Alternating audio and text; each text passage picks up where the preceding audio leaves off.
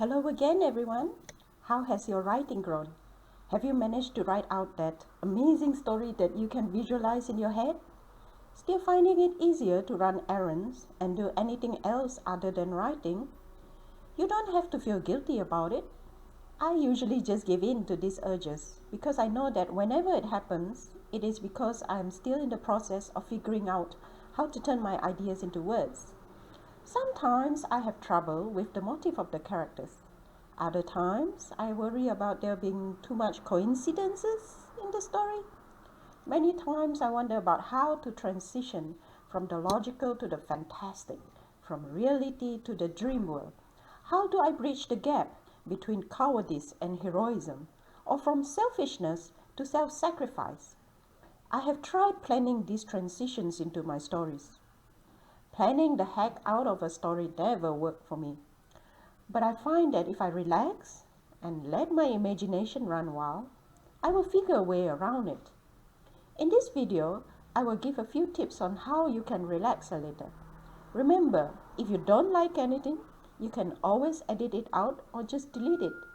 At the very least, you would have found out what you don't like. That is progress.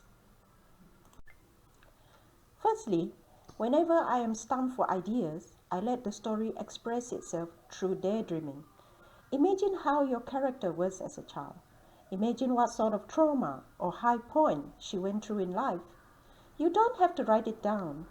I find that this helps me develop my character's likes and dislikes. Sometimes I can even use these little daydreams to add details into dialogue or flashback. For example, in Iban Woman, I wrote about how Ratai missed traveling with her father to the trading port.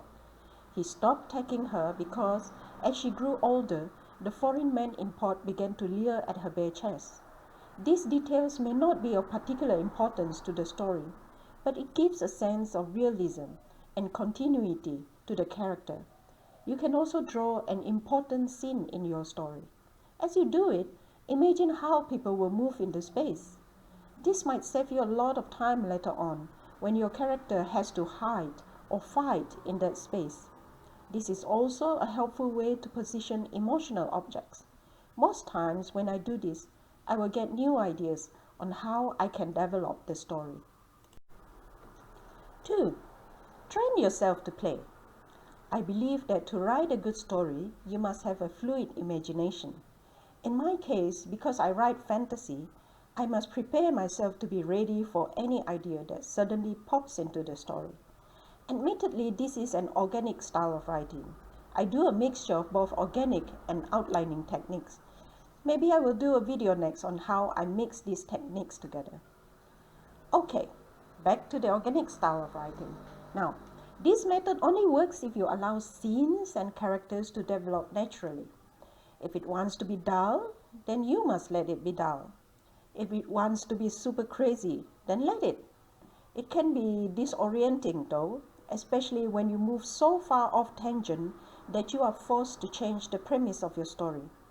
My suggestion is to get to know your own storytelling tendencies as best as you can, so that you will be more prepared. To get myself to that point, I wrote a lot of short stories. Once upon a time, I made myself write one short story a week. Many were not good, but the aim was to have as much fun as I could. Anytime anything bored me, I would stop and start over until I get a story I like. I also love poetry, so sometimes I would write a poem instead of a story. This training has helped me understand my tastes and my work cycle. Sometimes I will go for weeks without writing, but it never stressed me because I recognize that I am using that time to observe people and my surroundings. Tip number 3. It is never a good idea to write a book because you want to sell it. This puts too much pressure on yourself. It makes you feel that you must be interesting or exciting or sad and emotional or a host of other emotions that you think can sell a book. This will only make you create a flaw or a progression that is unnatural to your story. And this will happen because you think that one or two extra fight scenes or more clever dialogues or more gory details might make the story more interesting. For this reason, I never submit a proposal for a story. I always finish writing the novel first. I always make sure I am the first one who loved the story. Only after that will I submit it to a publisher. Some people might not agree with this technique, but that is all right. It is just how I work. I do not want to be held captive by my own plot. Oh. I remember when I started writing Fairycon, I had planned it as a contemporary crime fiction, but it ended up becoming a fantasy based on Iban folklore characters. Did that put me off? No, because I have trained myself to expect the unplanned. Remember, relax, trust yourself. It's only the first draft. Start writing. Keep writing. See you next time. Bye.